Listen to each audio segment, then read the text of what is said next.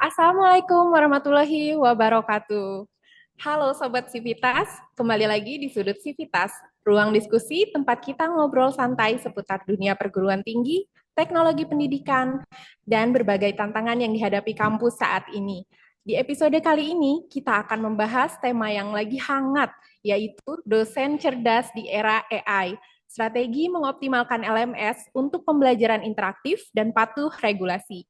Kalau kita tanya ke dosen, alasan mereka memilih profesi ini tentu karena ingin mengajar, membimbing mahasiswa, melakukan penelitian, dan memberikan dampak melalui pendidikan. Tapi, realitanya hari ini, banyak dosen justru menghabiskan waktu untuk mengelola berbagai sistem yang terpisah-pisah. Ada LMS, ada SIAKAD, ada pelaporan, ada pengolahan nilai, ada administrasi kelas. Oke, jadi pertanyaannya, apakah teknologi benar-benar membantu untuk mempermudah pekerjaan atau justru menambah pekerjaan? Untuk membahas hal tersebut, hari ini saya sudah ditemani oleh dua rekan saya dari Suteki Teknologi. Yang pertama ada Mas Holil sebagai Higher Education Solution Consultant yang sehari-hari mendampingi berbagai perguruan tinggi dalam transformasi digital dan implementasi sistem akademik. Kemudian ada Ibu Nur Karisma, Solution Advisor yang akan membantu kita melihat bagaimana solusi teknologi dapat diterapkan secara praktis di lingkungan kampus. Oke, apa kabar nih? Kita panggilnya berarti Mas Holil dan Mbak Ima ya. Oke, Ya, boleh Bu. kabar baik. Siap. Panggil aja. Gimana Anda Ibu? panggil saya Ibu, saya panggil Anda Mbak. Oke. Mbak Megi Iya, maksudnya. sip ya Mohon Mbak maaf ya. Oke, Mbak ya. kita sama. Oke. Gimana nih Mas Holil hari ini? Alhamdulillah kabar baik, sehat Bu. Oke, kita siap ya. Kita Siap dong. hari ini kita pokoknya berdiskusi bersama-sama untuk kita bahas tentang pembahasan LMS tentunya. Oke, selain itu agar diskusi kita tidak hanya melihat dari perspektif penyedia solusi, hari ini kita juga akan ditemani oleh dua praktisi yang akan bergabung secara online dan berbagi pengalaman langsung dari dunia pendidikan tinggi. Yang pertama ada Ibu Tri Wismiarsi PhD, Digital Learning and Student Engagement Expert dari Sampurna University, yang akan berbagi insight terkait strategi pembelajaran digital dan pemanfaatan teknologi dalam proses belajar mengajar. Halo, selamat pagi Ibu Tri. Selamat pagi. Senang sekali Iya. bertemu. Oke, belum ada suaranya, mohon maaf Ibu Tri. Oke, tapi kita sekarang mau tunggu dulu aja sampai ini tim teknisnya memperbaiki dulu untuk teknis suara. Lanjut dulu untuk selanjutnya ada Ibu. Oke, sudah aman?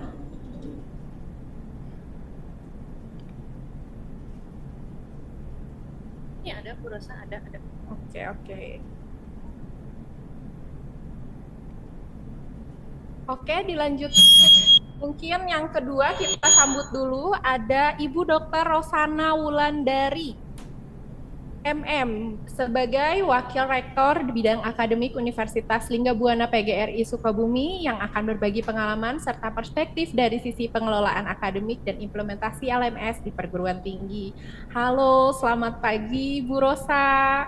Selamat pagi Mbak Medi, Oke. Mas Holil, Mbak Ima, Iya. Putri, selamat pagi. Oke, terima kasih Bu Tri dan Bu Rosa sudah berkenan hadir dan bergabung bersama kita pada diskusi hari ini. Sebelum kita mulai masuk ke materi dan diskusi, saya ingin menyampaikan terlebih dahulu agenda kegiatan kita pada pagi hari ini. Acara akan diawali dengan sesi diskusi bersama para expertise dari tim Suteki Teknologi dan juga praktisi yang hari ini sudah hadir, di mana kita akan membahas berbagai tantangan yang dihadapi dosen dan perguruan tinggi dalam memanfaatkan LMS, mulai dari efektivitas pembelajaran, keterlibatan mahasiswa, hingga aspek kepatuhan terhadap regulasi yang berlaku. Selain itu, kita juga akan membahas bagaimana kecerdasan buatan atau AI dapat dimanfaatkan sebagai alat bantu yang mendukung proses pembelajaran, mulai dari penyusunan materi ajar, pembuatan aktivitas pembelajaran yang lebih interaktif, hingga pengelolaan kelas yang lebih efisien. Tentunya kita akan melihat bagaimana AI dapat digunakan secara bijak sehingga tetap mendukung peran dosen sebagai pendidik, bukan menggantikannya.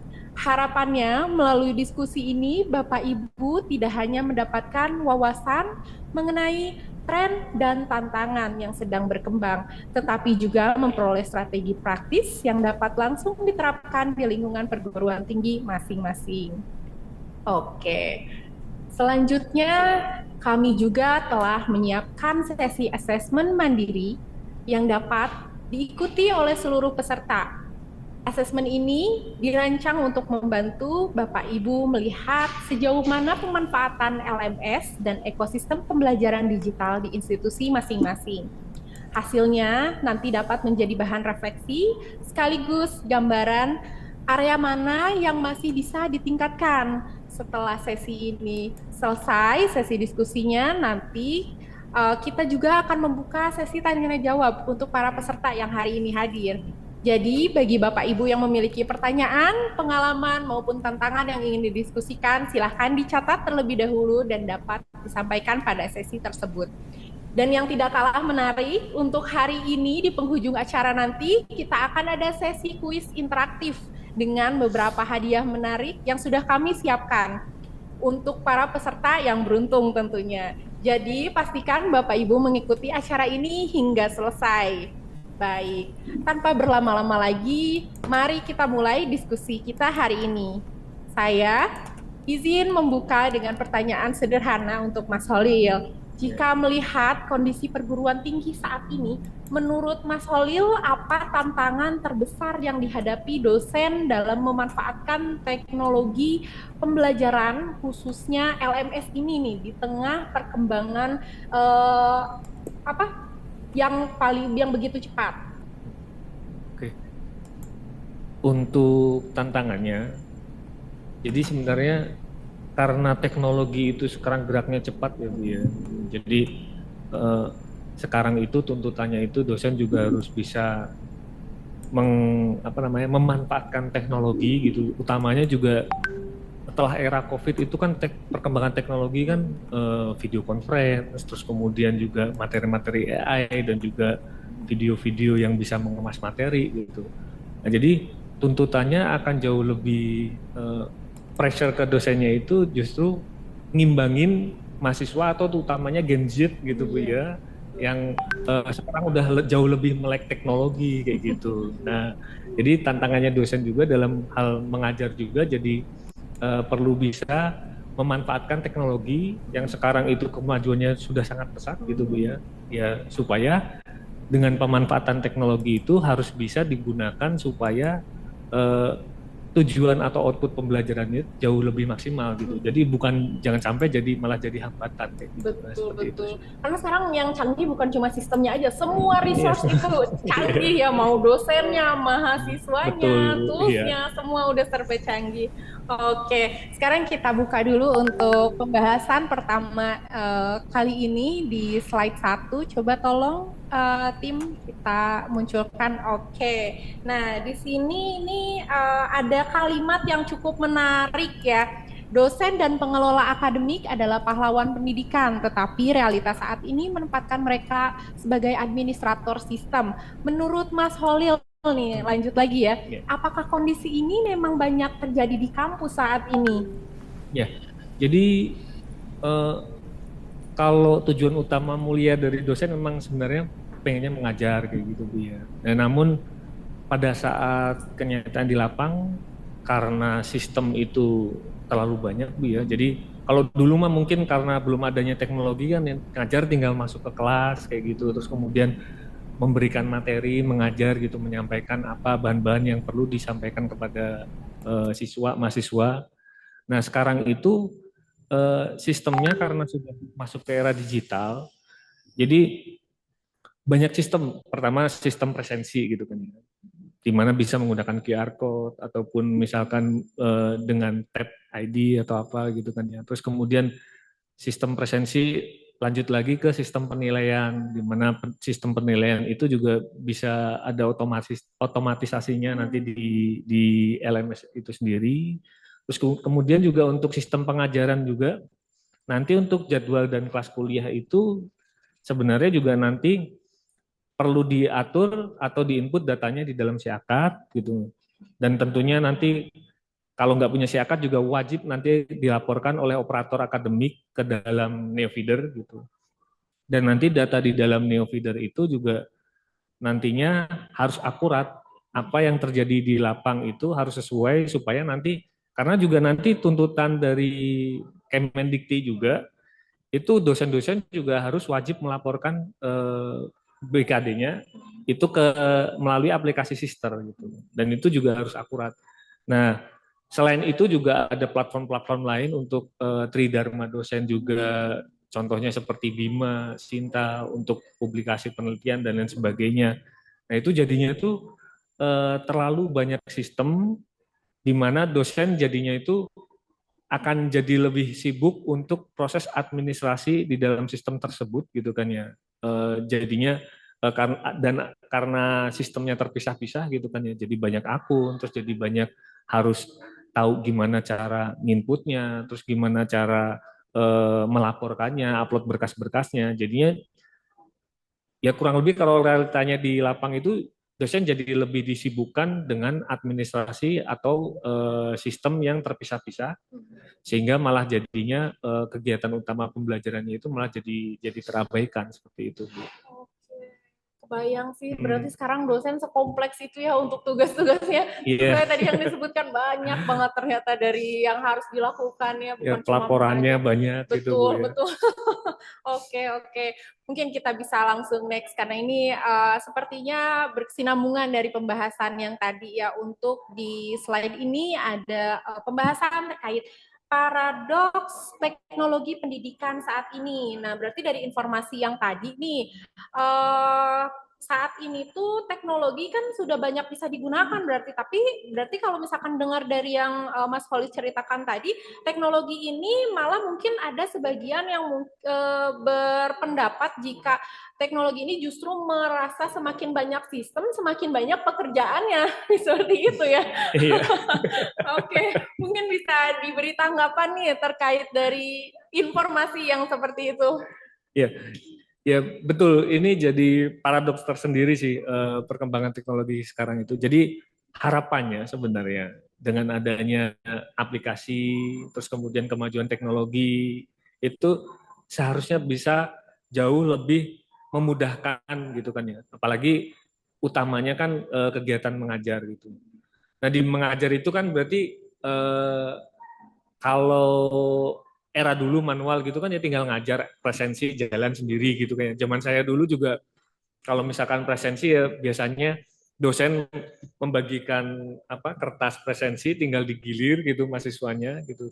Cuman kalau sekarang kan udah eranya digitalisasi, jadi mengajar juga ada sistem presensinya. Nah, terus juga udah bisa dibantu juga menggunakan QR code ataupun di scan ID ataupun sebagainya.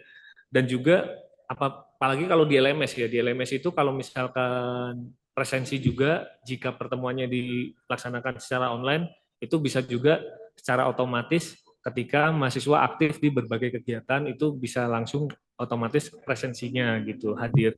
Nah, harapannya itu juga jadi bisa lebih memudahkan, tapi balik lagi ya karena mungkin sistemnya tidak saling terintegrasi gitu kan ya. Satu tadi presensi, terus kemudian nanti belum sistem penilaian gitu. Penilaian tadi yang saya sampaikan di awal karena banyak sistem gitu kan ya. Terkadang adanya banyak aplikasi yang tidak saling terintegrasi itu jadinya harus double input 2 kali gitu. Input nilai gitu, misalkan di LMS-nya di input gitu kan ya untuk pengerjaan tugas atau misalkan ada kuis gitu di input nilainya. Tapi nanti balik lagi di SIAKAD juga ada tuh proses input nilai juga.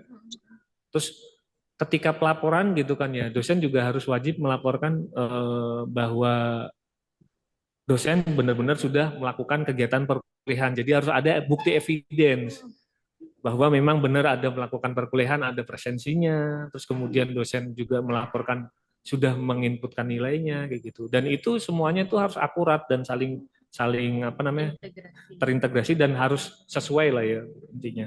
Nah, tapi balik lagi terkadang malah jadinya banyak sistem itu jadi karena nggak terintegrasi jadi harus double input, terus jadi malah merepotkan, terus akhirnya malah jadi merasa penambahan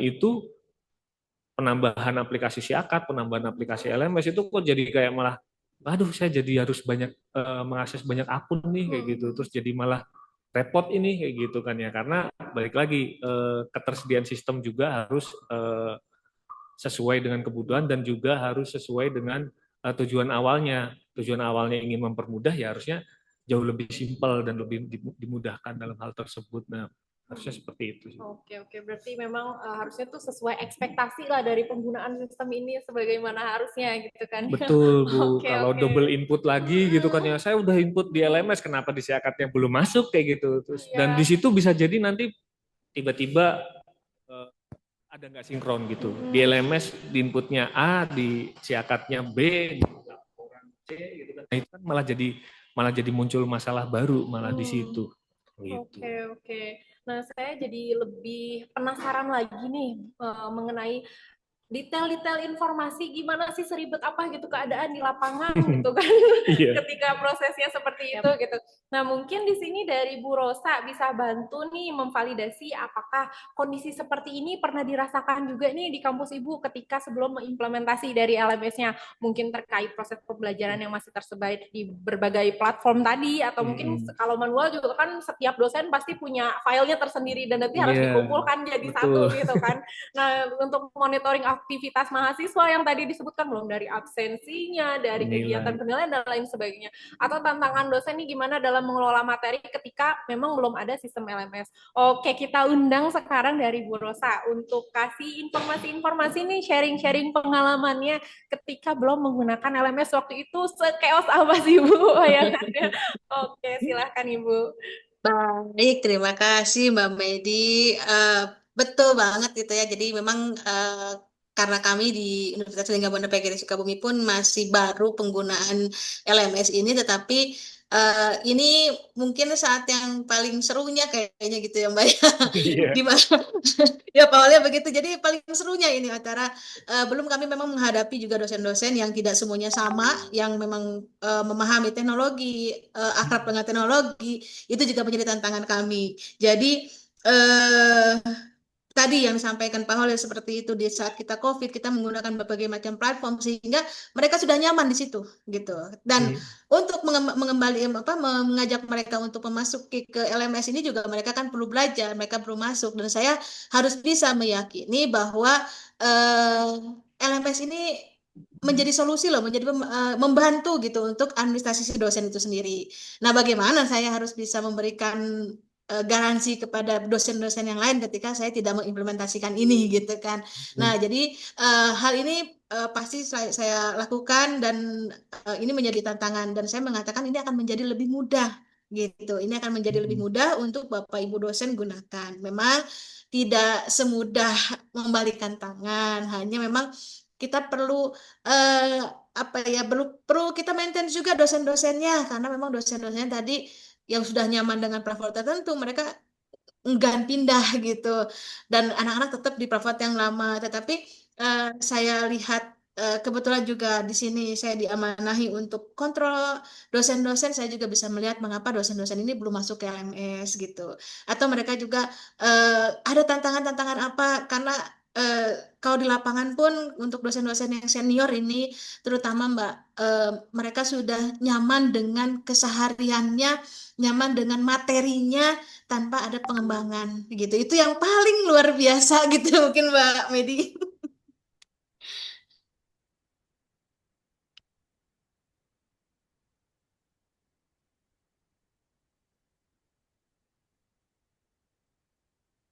Halo Mbak Medi, nggak ada suaranya?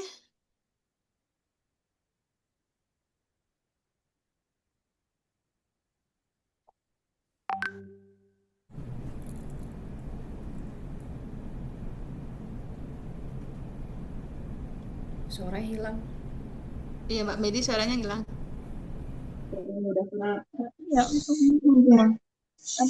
Oke, sudah Mbak. Nah, hilang lagi Mbak Medi.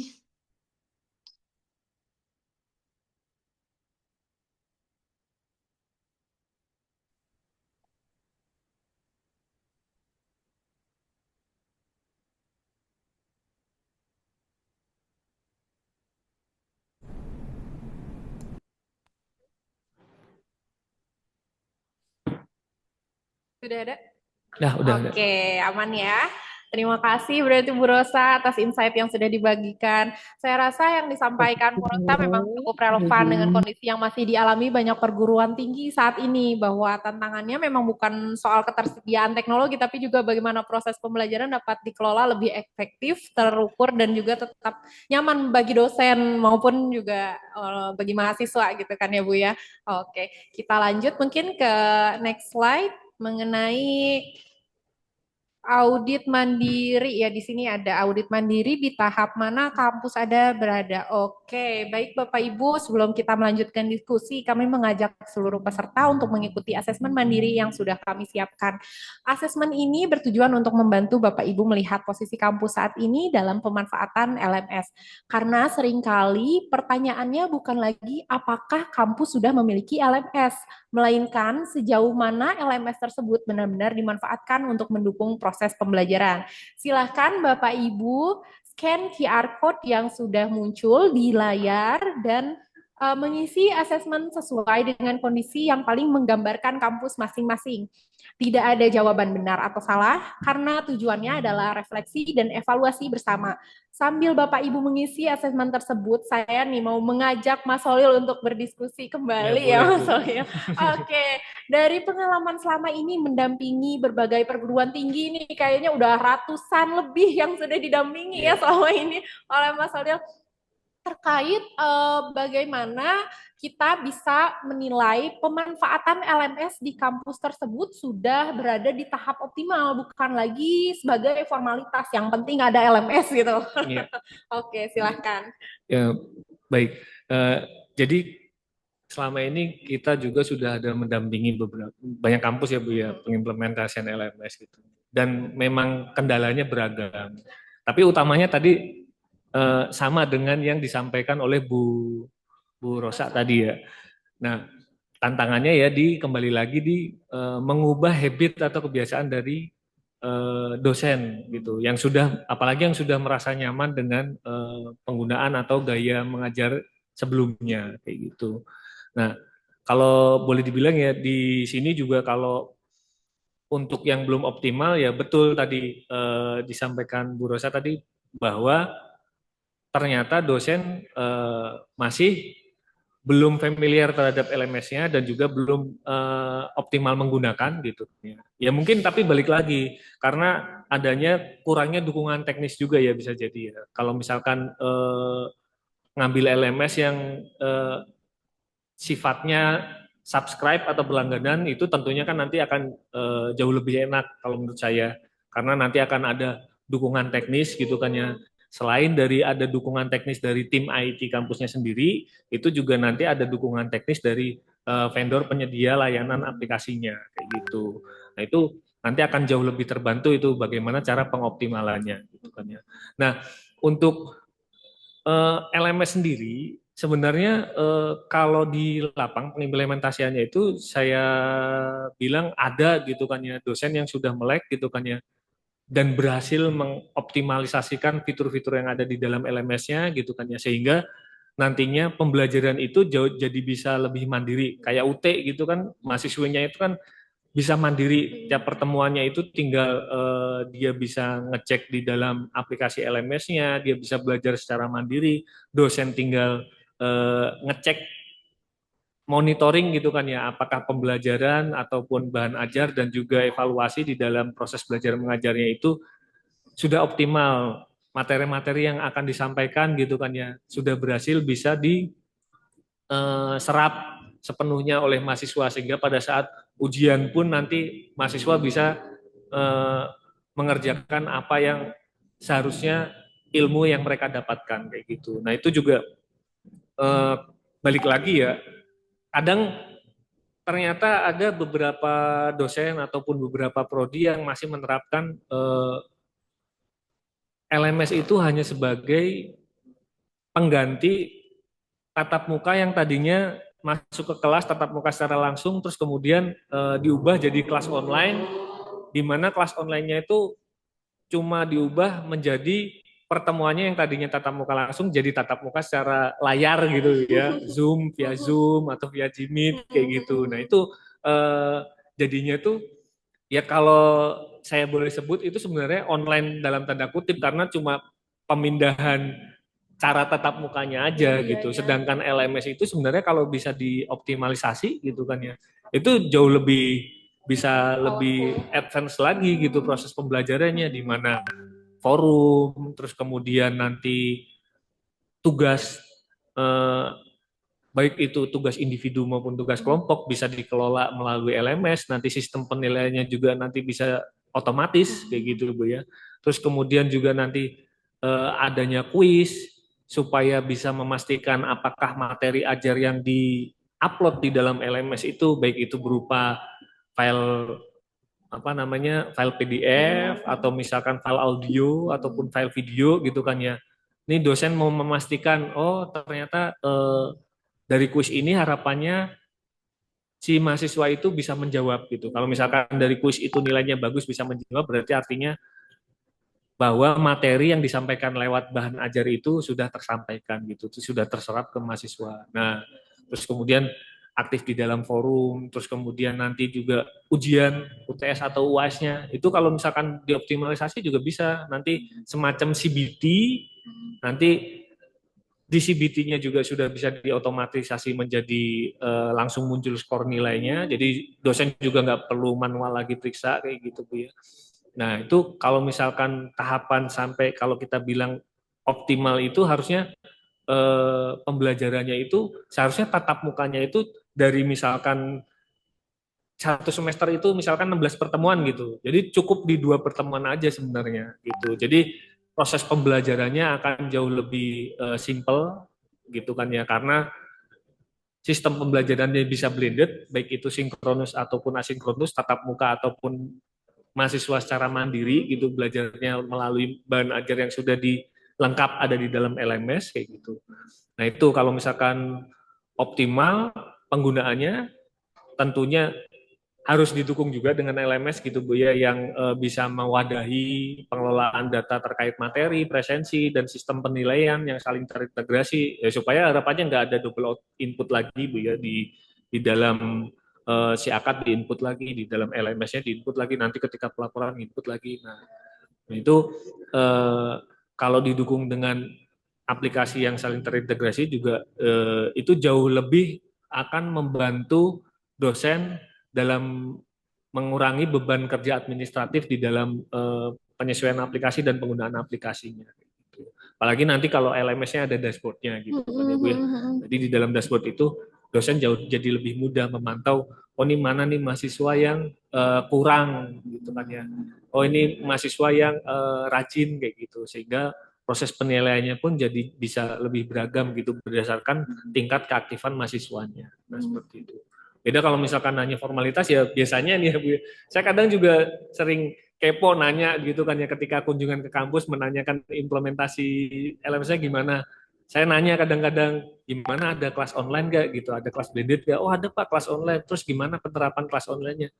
Ya kita nge-zoom aja sih Pak gitu. Nah jadinya oh berarti ya online-nya itu ya cuma pemindahan dari yang tadinya kelasnya tatap muka dipindahkan ke Zoom cuma sekedar itu aja. Jadi itu sebenarnya bisa dibilang masih kurang optimal kayak gitu. Jadi hanya formalitas aja kalau bisa saya sebut ya, kayak gitu. Seperti itu sih Bu. Jadi ini sebenarnya sistem pembelajarannya harusnya ya secara keseluruhan, Betul, bukan iya. medianya aja Iya. yang kita pindahkan secara online. Iya. Oke, menarik ya pembahasan ini. Jadi memang ukuran keberhasilan LMS ini bukan dihitung dari berapa lama atau berapa banyak fitur, tapi gimana sistem ini ya bisa digunakan secara maksimal gitu. Oke, oke, berarti selanjutnya kita lihat sejauh mana LMS ini mampu mendukung proses belajar yang lebih interaktif, terukur, dan terintegrasi dengan kebutuhan akademik di kampus berarti kan.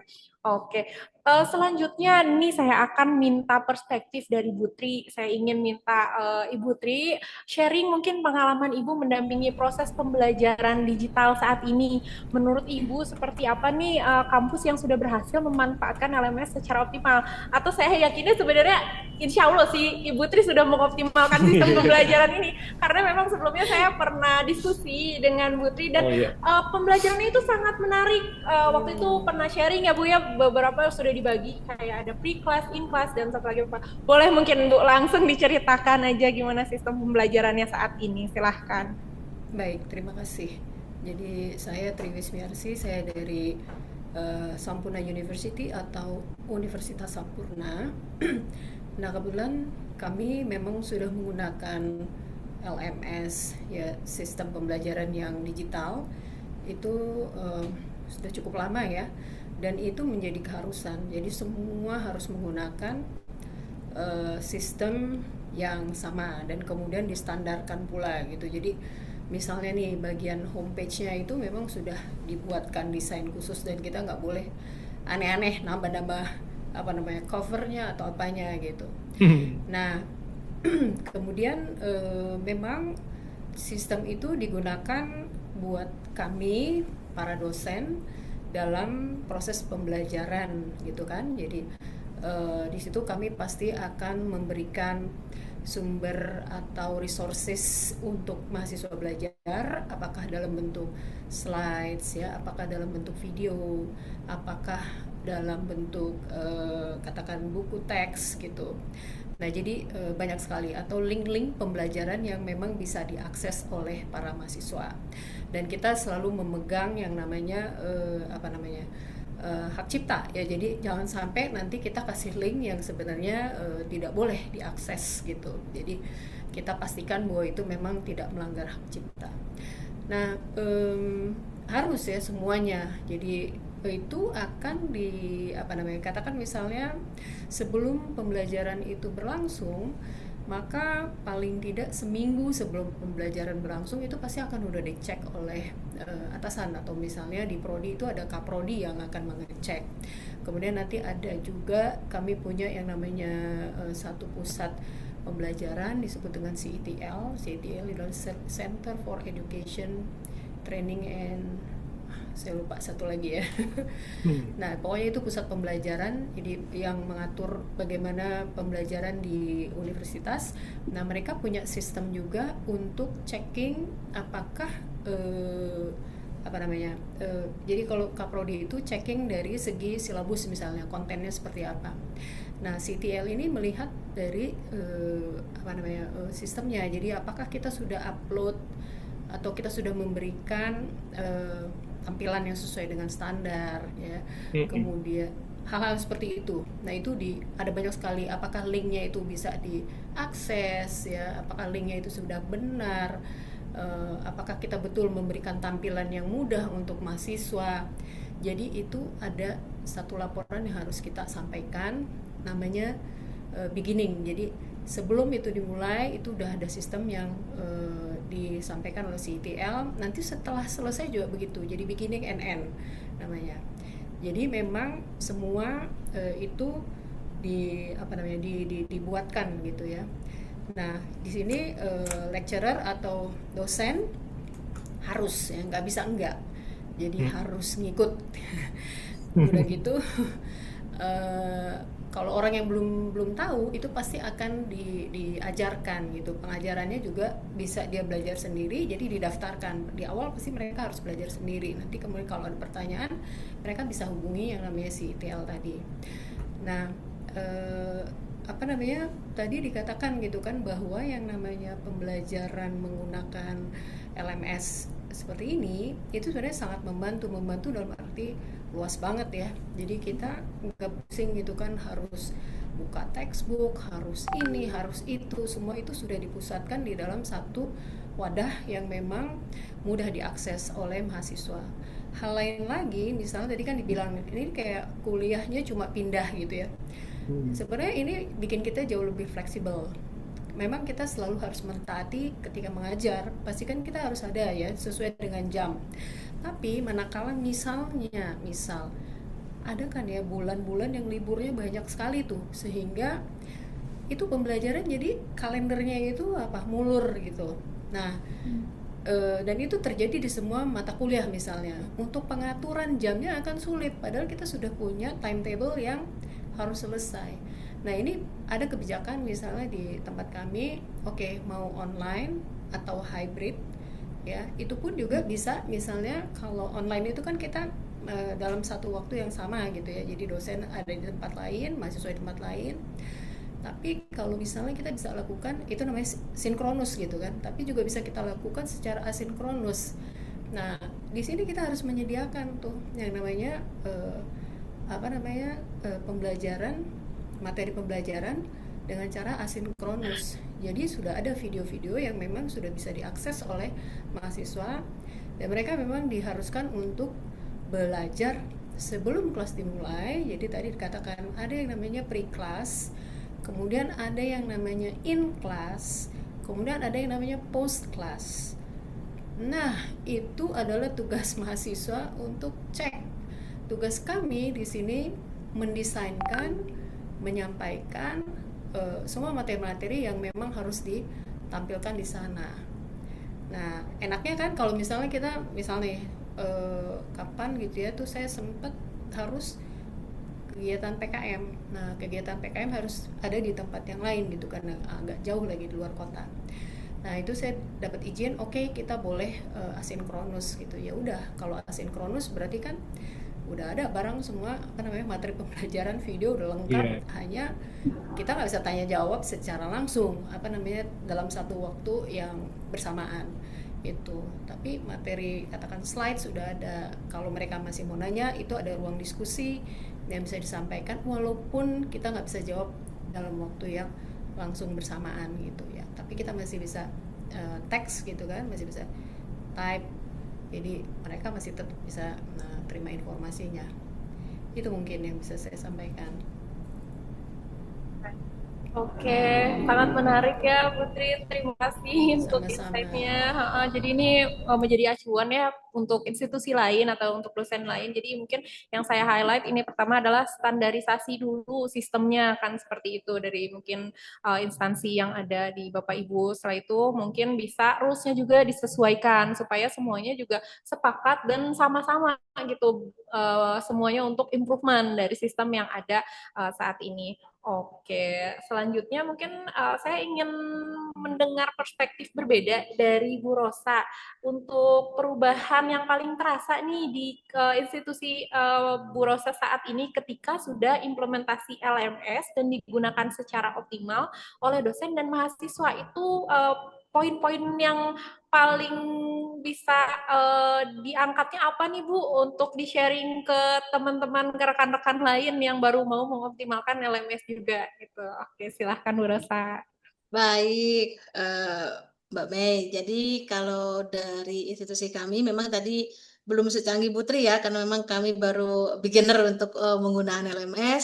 Tetapi eh, dari tantangan-tantangan yang ada tadi, pemanfaatannya juga itu lebih besar. Di mana untuk mahasiswa sendiri itu mereka bisa belajar tadi disampaikan lebih fleksibel, materi pun mm, dari pengalaman kami ketika menggunakan itu mudah diakses gitu. Jadi eh, untuk mahasiswa itu dia tidak tidak apa namanya tidak lagi kesulitan gitu mereka untuk mengakses materi-materi yang disampaikan oleh dosen-dosennya. Sedangkan untuk dosen ya sangat jelas lah bagaimana dosen itu bisa mengelola kelasnya dengan baik, tugas, penilaian ataupun penyampaian dokumen-dokumen itu tadi juga menjadi lebih efisien di mana memang di dalam LMS itu juga kita punya satu keharusan di mana kita ada tim teaching ini kita memasukkan apa namanya selain materinya kita juga menyampaikan dulu silabus di awal pada saat perkuliahan kita harus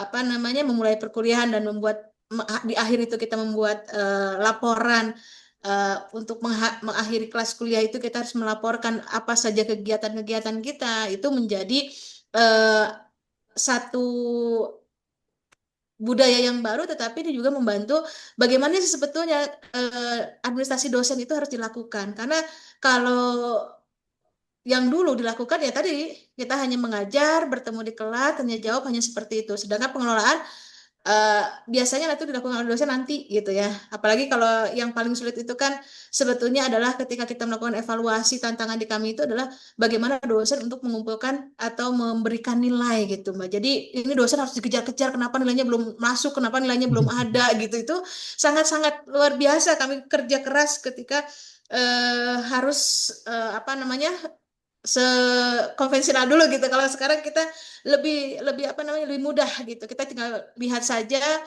memberikan waktu kepada dosen pengumuman kapan nilai ini harus masuk seperti itu. Dan eh, sesuai dengan aturan memang kalau nilai itu sekarang kan di apa namanya di laporan pada dikti itu memang harus ada poin-poinnya, setiap komponennya harus ada. Kalau dulu dosen ya suka-suka dosen aja Mbak, kalau mau ngasih nilainya B ya B, nilainya 85 ya 85 gitu kan, nggak ada standarisasi gitu. Nilai UTS kita nggak tahu berapa, tugasnya kita nggak tahu berapa gitu, taunya nilai akhir sudah oke fine gitu kan. Nah ini memudahkan sekali kami untuk apa namanya melakukan pengelolaan seperti itu. Jadi lebih terdokumentasi lah gitu, sehingga eh, di program studi khususnya saya di akademik ini lebih lebih mudah untuk memonitor bagaimana sih pembelajaran gitu. Saya tidak perlu kontak kaprodinya atau dekan satu-satu gitu. Saya juga melihat di laporan saja bagaimana eh, penggunaan LMS ini juga sangat mendukung dari tata kelola, penjaminan mutu, sehingga pengambilan eh, data untuk pengambilan keputusan dengan basisnya data itu kita cukup mudah untuk eh, menggunakan datanya dari LMS ini. Sehingga hal seperti itu sangat-sangat luar biasa menurut saya. eh Mungkin ya kalau kemarin eh, dengan platform tertentu itu kita tidak punya kontrol, bagaimana mengontrol mereka, bagaimana melihat aktivitas mereka, tetapi sekarang semua aspek itu bisa tersinkronisasi dengan baik, jalan dengan baik. Hanya memang tadi karena banyak tantangan terutama untuk SDM, yang terutama untuk yang senior sih. Kalau yang masih muda-muda mereka semangat untuk bahasanya ngulik gitu ya, ngulik si LMS ini sendiri sehingga nanti makanya bisa lebih optimal. Begitu mungkin Mbak Mei. Oke, terima kasih Bu Rosa aja. Saya juga ikut senang mendengarnya. Berarti sekarang memang sudah optimal penggunaan Iya, sistemnya di institusi iya, Bu Rosana. iya. Mudah-mudahan ini menyebar juga ya ke dosen-dosen lainnya atau ke institusi lainnya yang saat ini masih belum secara maksimal mengoptimalkan. Oke, menarik sekali. Kalau kita tarik benang merah berarti dari apa yang disampaikan tadi oleh Bu Tri dan Bu Rosa, ternyata keberhasilan transformasi pembelajaran digital ini tidak ditentukan oleh seberapa canggih platformnya berarti kan yang digunakan, melainkan bagaimana platform tersebut bisa benar-benar dimanfaatkan dalam aktivitas belajar mengajar sehari-hari. Baik kampus yang menggunakan LMS yang berstandar internasional, mungkin seperti yang sudah digunakan saat ini oleh Bu Tri, maupun yang menggunakan LMS yang sesuai dengan kebutuhan kita kurikulum nasional saat ini.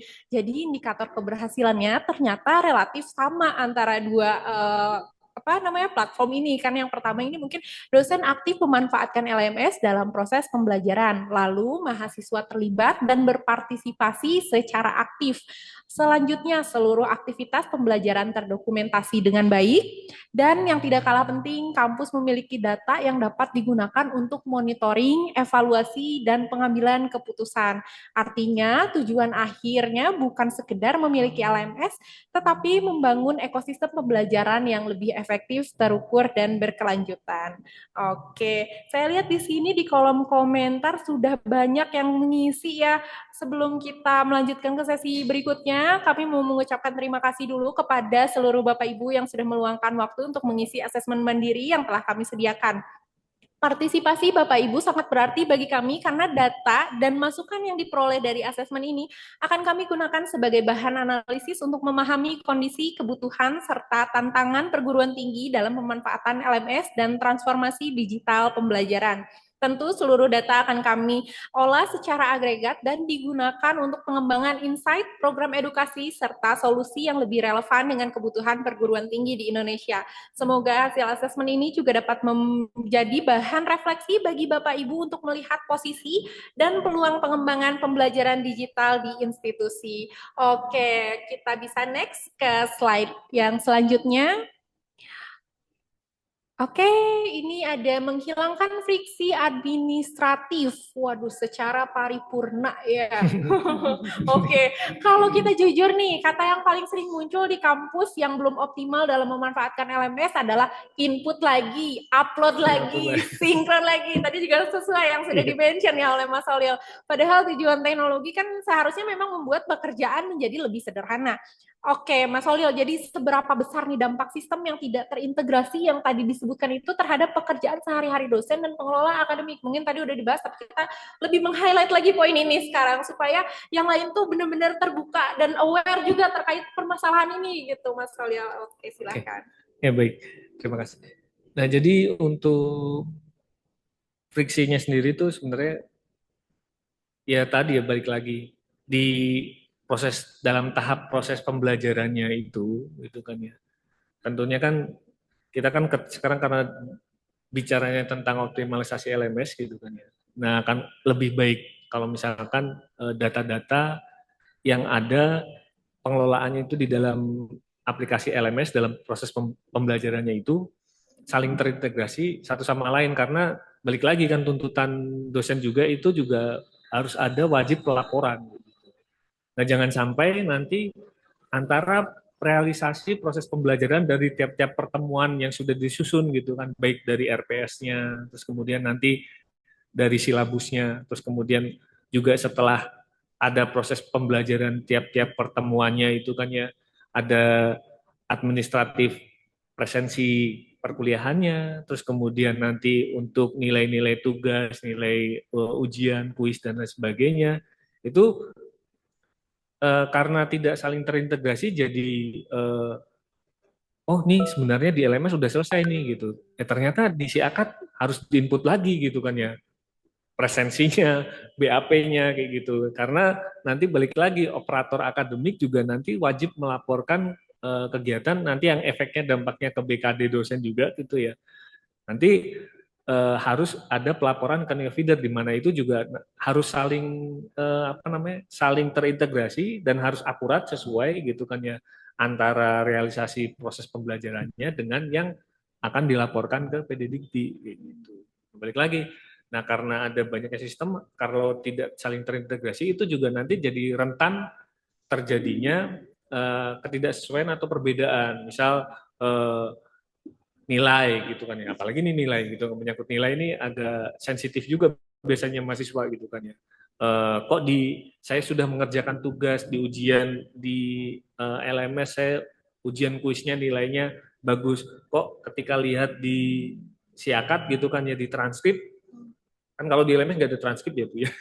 Nah di siakat biasanya itu. Nah ketika ngeliat transkrip loh kok beda kayak gitu. Nah itu kan jadi celah ketika sistem satu sama lain tidak saling terintegrasi. Belum lagi nanti ke tahapan pelaporan kayak gitu kan ya. Di pelaporan loh kok transkrip antara di kampus dengan yang di yang kalau sekarang kan sudah ada transparansi ya Bu ya. Jadi mahasiswa juga bisa mengecek gitu kan ya di PD Dikti, pangkalan data Dikti juga. Nah itu kok beda kayak gitu. Nah itu balik lagi ya dengan adanya LMS ini harapannya dosen cukup fokus dengan proses pembelajaran. Ketika sudah ada administrasi presensi, BAP gitu kan ya, isi realisasi tiap pertemuannya dan juga misalkan ada penginputan nilai di sana, ya harapannya itu sudah terintegrasi sampai dengan tahap ke laporan. Nah, seperti itu sih Bu. Jadi memang pelaporan ini jadi permasalahan di semua bidang ya, bukan Iya. cuma di pendidikan. Ini Iya. kita di sini juga sebenarnya suka ada, ketidaksesuaian nih pelaporan ini bikin pengurangan waktu, pengurangan Iya. tenaga semuanya. Jadi karena emang sekarang tuh sistemnya udah single source of truth ya, Om itu kayak wajib gitu semuanya harus punya satu data, satu tempat, satu sistem. Iya, Oke, jadi betul. ketika butuh laporan ambil dari situ, Iya, butuh betul. apapun ambil dari situ, udah nggak akan ada beda-beda lagi, nggak ada kekhawatiran lagi. Butuh laporan hari ini, langsung ambil ada. Oke deh. Nah, jadi melihat yang perspektif ini nih, saya jadi penasaran juga, karena kan kalau misalkan di setiap sistem yang digunakan pasti ada kekurangannya kan ya, Mas, Mbak. Jadi kalau misalkan dari yang disebutkan tadi mungkin ya kekurangannya sebelum-sebelumnya berdasarkan dari penggunaannya, secara penggunaan. Tapi secara sistem nih, saya masih penasaran, pengen tahu dong, ini kita minta tolong Putri lagi deh di sini. Kita mau cari-cari informasi nih Bu, kira-kira dari sistem sekarang yang sudah bisa disebut powerful ya yang digunakan Putri, karena saya tahu Putri sekarang sudah menggunakan dua sistem LMS yang berbeda dengan skala mungkin standar internasional. Di situ tuh biasanya masih ada nggak sih Bu kekurangan dari sistem yang sekarang Ibu pakai? Mungkin dari kalau misalkan yang kesulitan di dosen-dosen ya, yang di dosen sekarang biasa kita tangani itu kan terkait kayak penggunaan atau interface-nya atau seperti apa. Nah ini sama juga nggak sih perihal ini kesulitannya dialami juga kah oleh Putri dan rekan-rekan di sana? Silahkan Putri.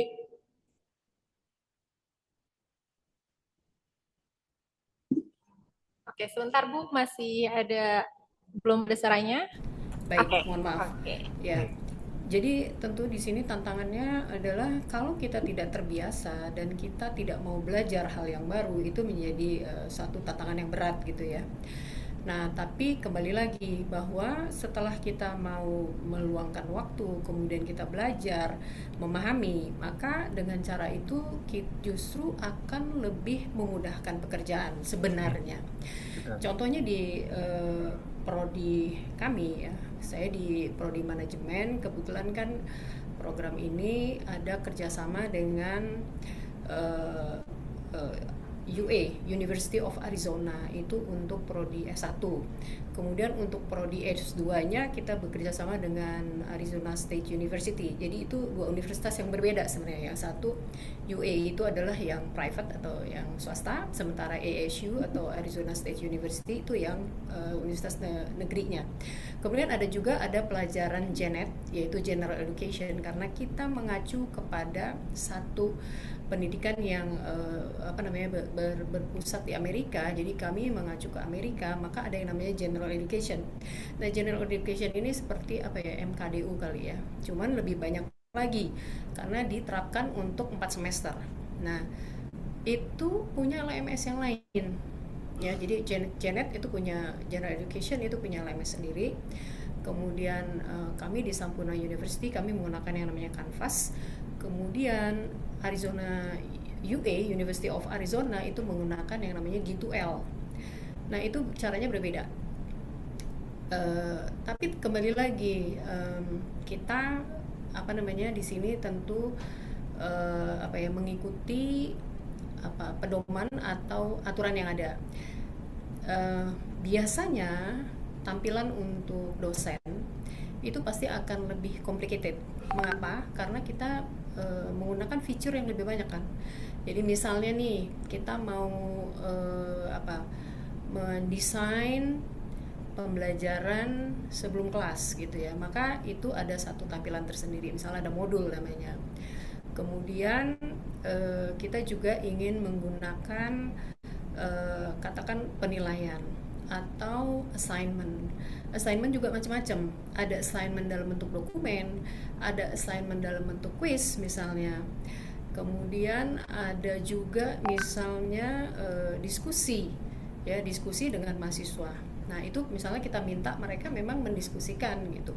Kemudian ada juga misalnya feature-feature untuk pembelajaran berkelompok gitu, atau pembelajaran individu. Nah, ini kembali lagi gitu, tergantung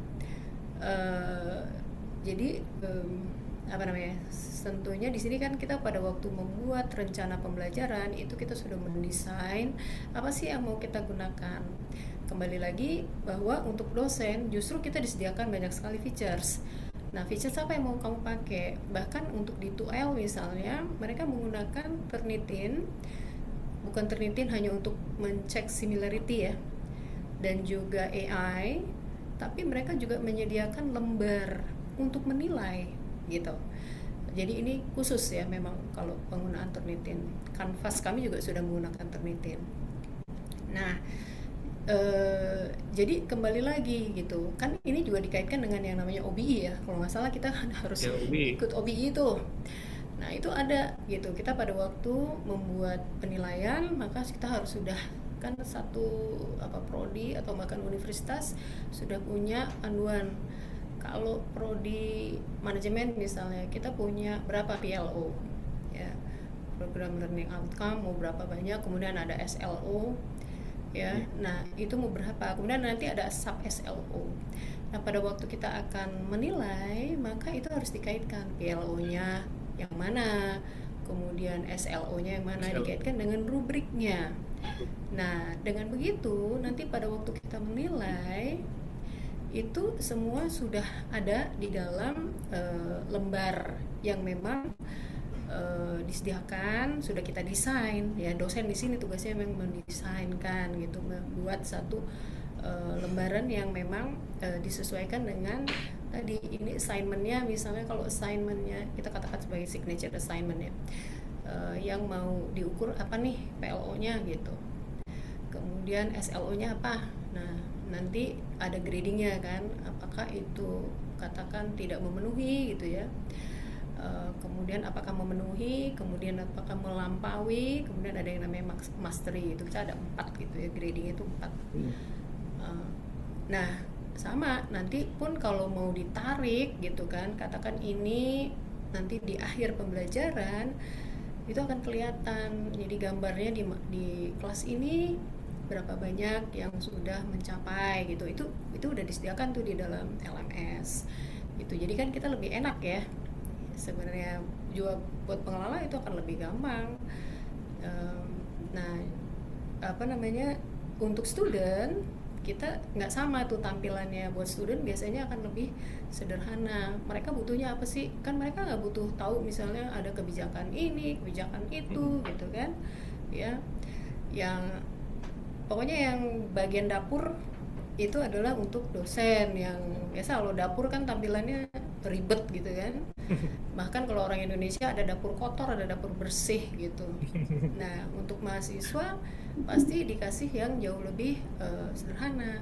Jadi mereka mau apa namanya, maunya apa sih mahasiswa gitu kan. Biasanya kan mereka butuh lihat bahan gitu kan, kemudian mungkin buat akses tugas gitu, nilai gitu kan. Tugas itu macam-macam, ada discussion kemarin ngerjain, oh yang mana, pengumuman misalnya, hal-hal seperti itu. Mungkin itu kali ya yang bisa saya sampaikan ya, nggak tahu nih masih ada kurangnya atau enggak, silakan aja ditanyakan. Terima kasih.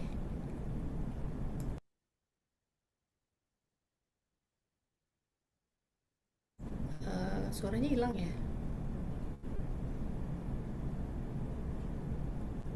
Saya nggak dengar. Mei nggak ada suaranya. Hmm.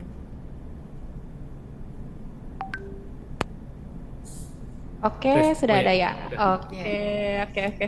Oke, Bu. Jadi menarik juga ya, dosen-dosen sekarang memang hebat-hebat ternyata untuk prosesnya sangat amat panjang. Asal mahasiswa pada tahu nih, sekarang effort para dosen tuh ya luar biasa loh, gitu. Menarik. Jadi ternyata memang ketika sebuah LMS sudah memiliki fitur yang sangat lengkap sekalipun, tantangannya bukan cuma di fiturnya aja, tapi memang bagaimana sistem tersebut sesuai dengan kebutuhan operasional kampus dan mudah digunakan oleh penggunanya. Seperti itu. Oke, mungkin selanjutnya mau minta juga nih validasi dari Bu Rosa terkait praktisi yang mengalami langsung proses transformasi ini di kampus.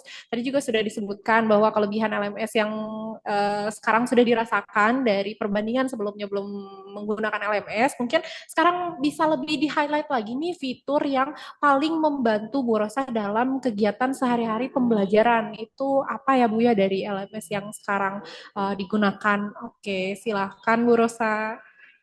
Baik, Mbak Mei. Jadi kalau untuk proses, khususnya untuk proses pembelajaran, LMS ini sangat luar biasa gitu ya. Menurut saya, kenapa? Karena memang eh, satu hal bahwa dosen dan mahasiswa itu bisa berinteraksi bisa berinteraksi dalam LMS itu sendiri. Sehingga eh, sebetulnya tadi bagaimana effortnya itu si dosen itu kreativitasnya bagaimana untuk menyajikan materi-materi pembelajaran gitu. Karena kita tahu sendiri anak-anak zaman sekarang, mahasiswa-mahasiswa zaman sekarang itu eh, mereka sangat tertarik untuk hal-hal yang memang berbaunya teknologi gitu, Mbak. Nah, di Undip sendiri di sini saya melihat bahwa bagaimana penggunaan LMS ini memang sungguh-sungguh sangat membantu. Bagaimana juga kita mengkolaborasikan dengan teknologi, kecanggihan teknologi dengan penggunaan AI dan lain-lain, itu kita sangat-sangat apa namanya sangat membuka lebar mereka untuk bisa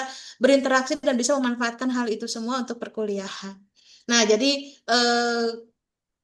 ada memang apa namanya, ada pengalaman-pengalaman lucu juga ketika saya menggunakan LMS ini, dan mahasiswa juga baru menggunakan LMS seperti itu gitu Mbak. Di mana eh, kalau kita menggunakan sistem apa namanya, ujiannya itu tertutup gitu ya, artinya mereka harus memberikan masukan atau memberikan jawaban itu sesuai dengan apa yang mereka pikirkan. Saya mintanya seperti itu. Tetapi eh, namanya mahasiswa, mereka canggih, mereka pintar, mereka membuka apa namanya, eh, tab yang lainnya, sehingga itu juga terekod gitu, sehingga ketika ketika saya memberikan hasil ujian itu sendiri, saya sampaikan juga dengan rapotnya si mahasiswa itu sendiri, berapa kali nih kamu nyontek gitu loh, kalau bahasa ininya berapa kali nih kamu nyontek gitu loh.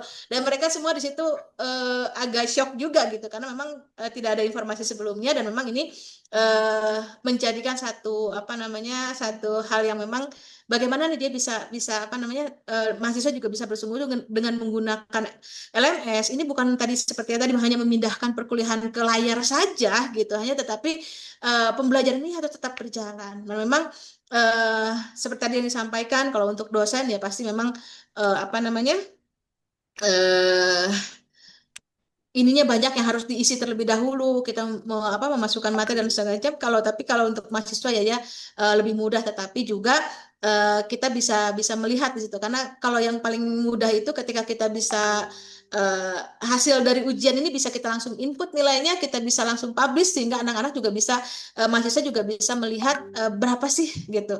Kalaupun mereka ada kekurangan, mereka bisa menghubungi dosennya masing-masing. Itu yang menjadi apa namanya, kemudahan gitu, sehingga tidak harus menunggu nanti setelah ujian akhir atau apa, dia waktu penginputan nilai mereka baru bisa tahu nilai gitu ya. Kalau ada perbaikan juga mereka melakukan perbaikannya bukan di apa namanya, bukan di masa-masa tenggang seperti itu, tapi memang pada proses perkuliahannya itu mereka bisa mengoptimalkan dari pembelajarannya itu sendiri, sehingga ini menurut saya lebih efektif gitu, sehingga eh, satu semester ini administrasi selesai, mengajar selesai, semua selesai tuntas tas gitu loh. Iya. Sehingga apa namanya, laporan yang pasti nanti, laporan yang ketika operator melaporkan ini ke prediktif dan segala macam itu sudah ter apa namanya, tersinkronisasi dengan hasil yang ada, sehingga meminimalisir hal seperti itu gitu Mbak. Jadi sangat luar biasa menurut saya manfaatnya, dan apa, pengalaman-pengalaman seperti itu ya tadi, eh, ini hal yang baru yang memang masih perlu juga kita biasakan tadi ya, karena apa namanya, pembiasaan itu menjadi challenge yang sangat-sangat luar biasa gitu Mbak Mei. Oke, terima kasih Bu Rosa. Menarik juga ya untuk informasi-informasinya, terutama tadi hati-hati di para mahasiswa-mahasiswi. Betul. Karena sistem udah canggih loh, sampai kayak nyontek kayak apa ketahuan langsung Iya. ya. Konten dipotong dari penilaian yang ada. Oke deh, berarti dari Putri kita belajar bahwa LMS bisa dibilang full fitur pun memang harus tetap disesuaikan dengan proses dari bisnis kampusnya sendiri seperti apa. Sedangkan dari Bu Rosa kita melihat bagaimana integrasi dan proses akademik sehari-hari menjadi faktor yang sangat penting. Berarti kalau boleh disimpulkan, yang dicari kampus sebenarnya bukan LMS yang paling banyak fiturnya ya, tapi LMS yang paling sesuai dengan kebutuhan institusinya.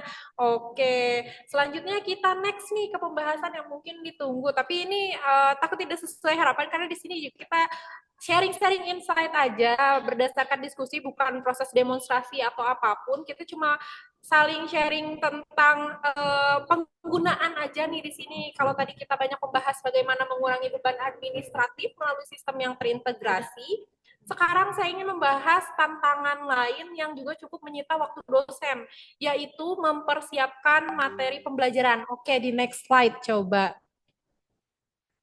Oke nih, mengubah materi mentah menjadi konten interaktif atau menyiapkan materi pembelajaran lah ya. Karena seringkali bukan mengajarnya yang memakan waktu paling banyak, tapi mencari referensi, merangkum berbagai sumber, menyusun bahan presentasi, membuat kuis, hingga menyiapkan konten pembelajaran yang menarik.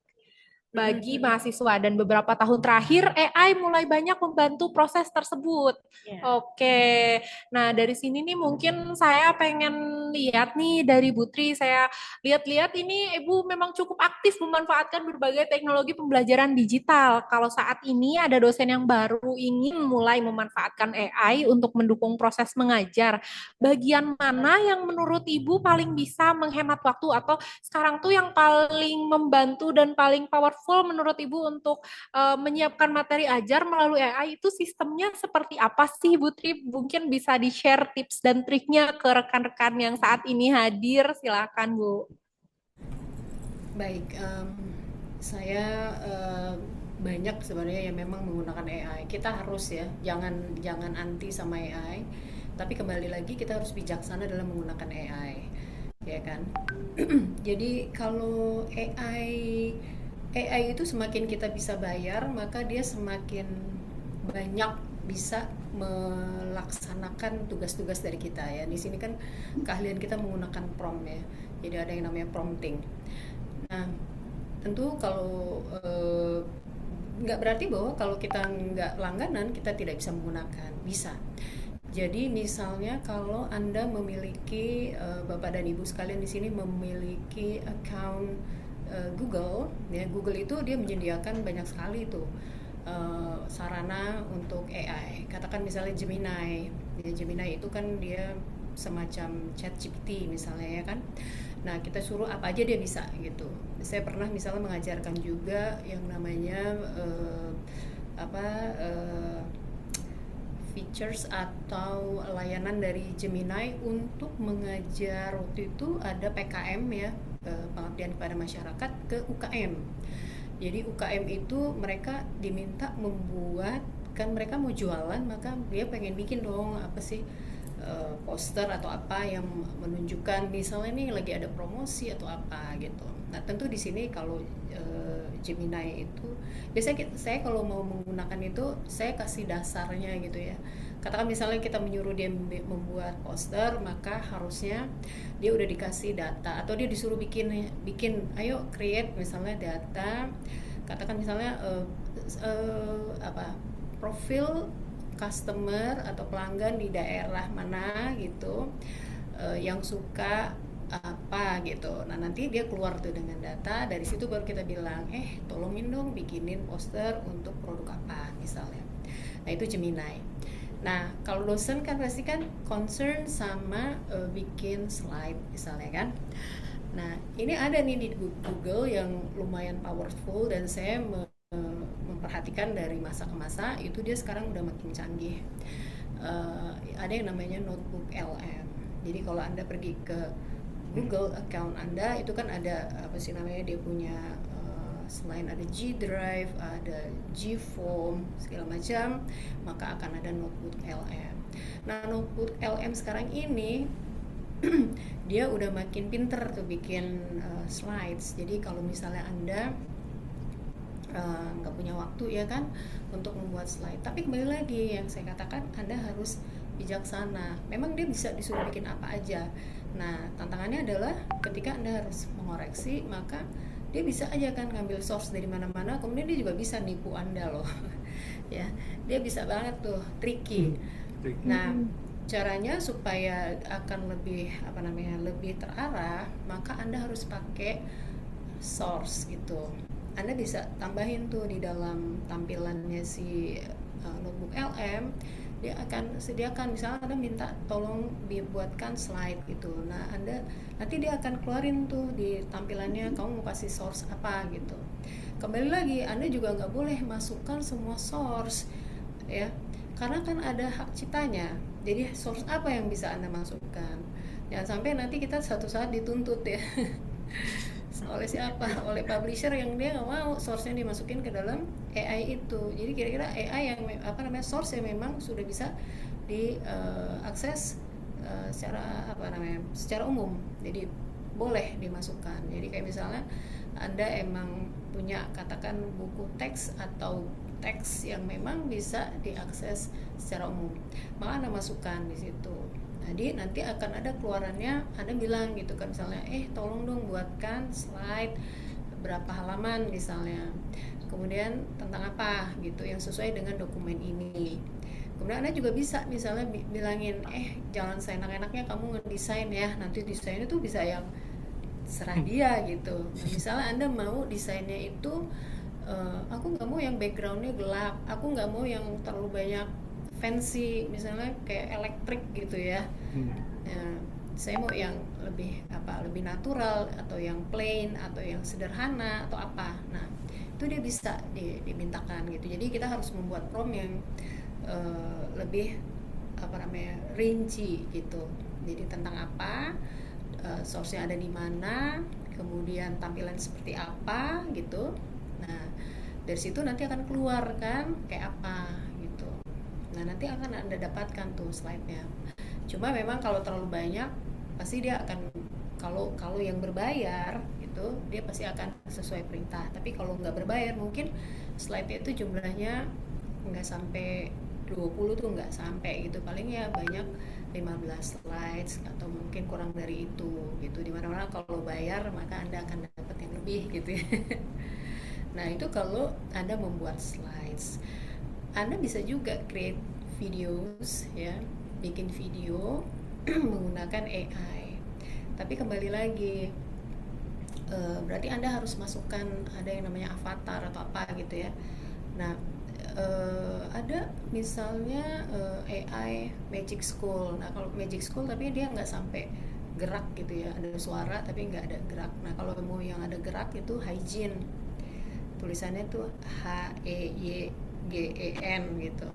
Nah, ini kalau untuk yang pendek, Anda mau video pendek, kemudian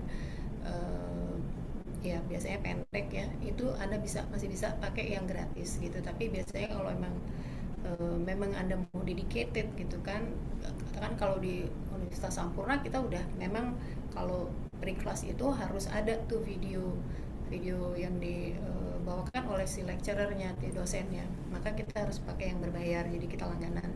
Nah, tapi itu juga penggunaannya strict, jadi kita nggak bisa membuat sendiri. Jadi ada bagian tertentu yang memang dia akan membuatkan, karena ini dibuatnya secara terstandar kan, uniform gitu semua ya, nggak boleh nih nanti gaya bajunya gimana, ini baju seragam nih pakai baju seragam ya, jadi kami seragam setiap hari gitu, kecuali hari Jumat baru boleh pakai yang bebas. Nah, jadi itu memang ada strict gitu. Jadi memang di sini yang membuatkan video itu ada bagian khusus, walaupun itu menggunakan AI, tapi dia punya ya, pakem-pakemnya harus yang bagaimana, tampilannya seperti apa. Nah, untuk tampilan itu maka kita harus punya foto ya. Jadi kalau kita mau creating video maka Anda harus punya foto. Kemudian Anda juga harus punya sampel ketika Anda berbicara. Gitu, itu harus ada. Jadi nanti akan cloning kan dari situ gitu. Si AI-nya akan cloning dari situ. Nah, jadi foto, kemudian contoh videonya, dia akan minta tuh sekian menit gitu untuk Anda bicara.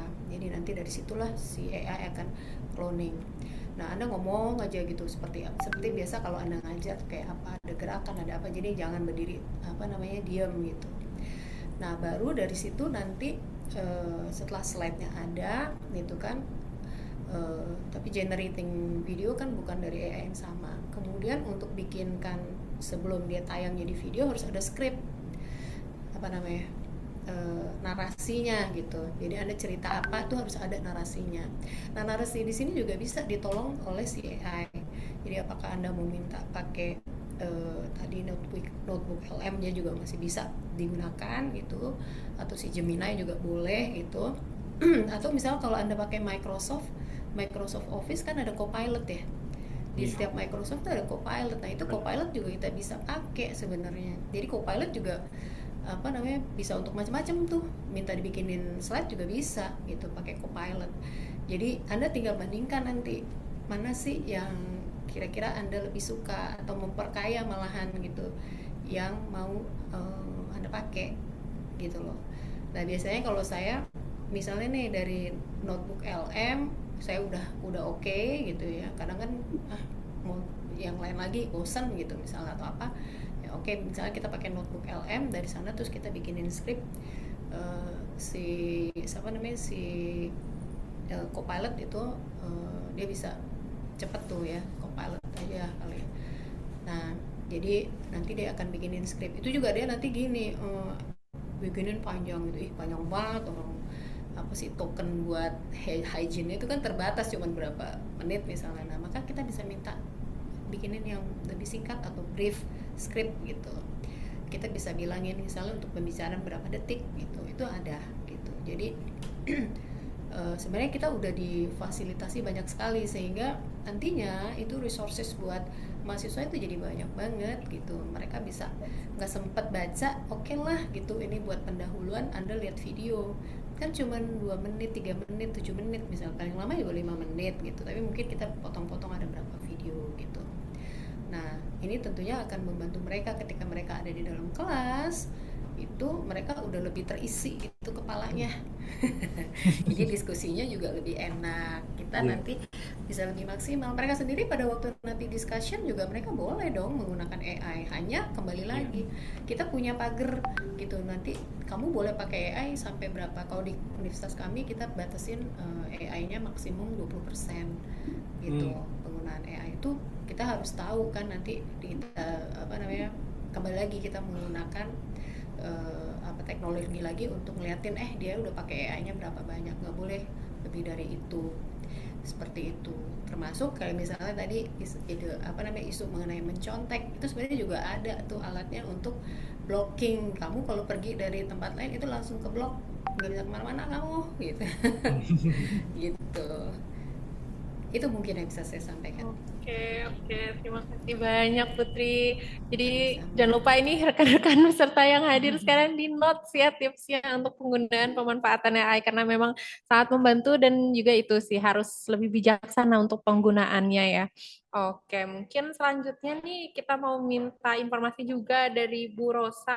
Dari pengalaman Ibu mengajar, bagaimana pemanfaatan AI yang saat ini sudah mulai membantu dosen dalam mempersiapkan materi atau malah kita yang dapat informasi-informasi lain nih, karena tadi dapat informasi juga dari Putri kalau misalkan mahasiswa juga sebenarnya boleh menggunakan AI seperti itu. Boleh mungkin silakan Bu Rosa untuk sharing informasinya. Baik, terima kasih Mbak Mei. Jadi memang betul ya tadi seperti yang Bu sampaikan itu adalah bagaimana eh, jangan sampai kita menutup mahasiswa itu tidak mengenal AI. Bahkan tetapi juga jangan sampai kebablasan gitu ya Mbak ya. Nah, karena memang kalau di apa namanya eh, di kami, kalau saya sendiri pengalaman itu memang yang pertama biasanya yang paling mudah diakses itu pasti saya biasanya dari eh, untuk materi ajar itu bisa kita lihat dulu nih si CPMK-nya itu apa. Jadi kita juga menggunakan Oh, berbagai macam apa tool yang memang bisa kita pakai gitu. Yang tadi seperti Bu sampaikan, kalau kita bayar kita pasti dapatnya lebih, tetapi kalaupun yang gratis pun bagaimana prompter yang kita sampaikan itu bisa memberikan yang kita inginkan gitu. Jadi biasanya ya saya cari cari apa ya inspirasinya dulu dari ChatGPT. Biasanya saya lebih gampang pakai ChatGPT, cari inspirasi dulu gitu. Nah, setelah cari inspirasi nih untuk yang karena kan kita juga harus menyesuaikan dengan kondisi hari ini, mahasiswa-mahasiswa juga harus harus bisa memahami kondisi saat ini gitu. Jadi nggak mungkin juga kita menyampaikan apa yang yang waktu kita dapat waktu zaman kuliah dulu kan udah nggak relevan banget gitu. Makanya biasanya saya coba biasanya cari inspirasinya dari ChatGPT, lalu eh, biasanya agak sedikit juga saya compare dengan buku teks juga tadi ya. Jadi jangan sampai juga mau ketipu kata Putri kan begitu. Jadi eh, harus pinter prompter dan juga hati-hati kita harus jeli juga. Jadi bukan artian ketika ketika mahasiswa itu pengalaman ini juga pengalaman saya ketika saya memberikan tugas kepada mahasiswa, mereka menggunakan AI dan mereka upload lagi di LMS nih.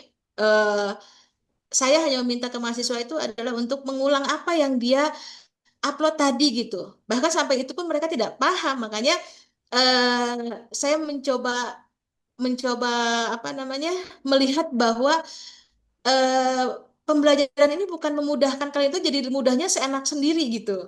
Jadi artinya apa yang mereka sampaikan, pemikiran apa yang mereka sampaikan itu harus memang bisa mereka pahami, bukan hanya eh, apa namanya mengupload tugas itu sesuai apa yang dikatakan oleh si ChatGPT atau apapun yang mereka pakai gitu. Tapi saya mau apa yang ada di pemikiran mereka. betul itu hanya untuk memberikan inspirasi atau masukan atau insight-insight yang memang bermanfaat untuk mereka gitu. Dan ini apa namanya menjadi pengalaman juga buat saya memberikan mereka satu apa namanya satu bijak itu bagi penggunaan AI seperti itu.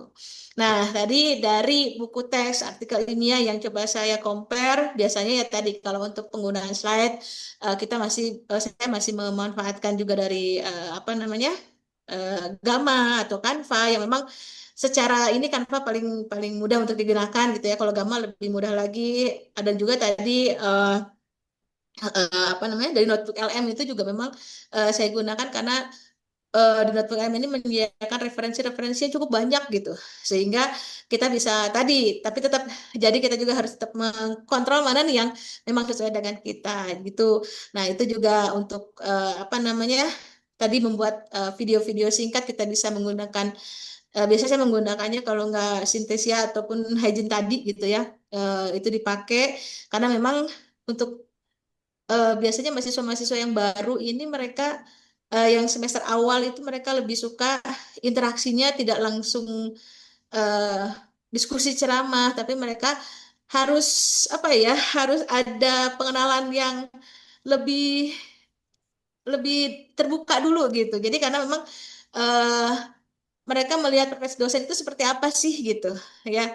Jadi nggak hanya melihat bahwa jadi kalau lihat orang itu, wah ini dosennya nggak enak nih gitu kan, nggak gitu juga gitu. Jadi kita coba mulai apa namanya memperkenalkan diri kita kepada mereka dengan cara yang smooth dulu lah gitu. Kalau anak-anak sekarang itu lebih smooth dulu gimana caranya. Biasanya saya menggunakan video-video pendek seperti itu, ataupun kita menggunakan eh, Mentimeter atau quiz untuk kahot atau apapun itu untuk eh, biasanya untuk di awal gitu.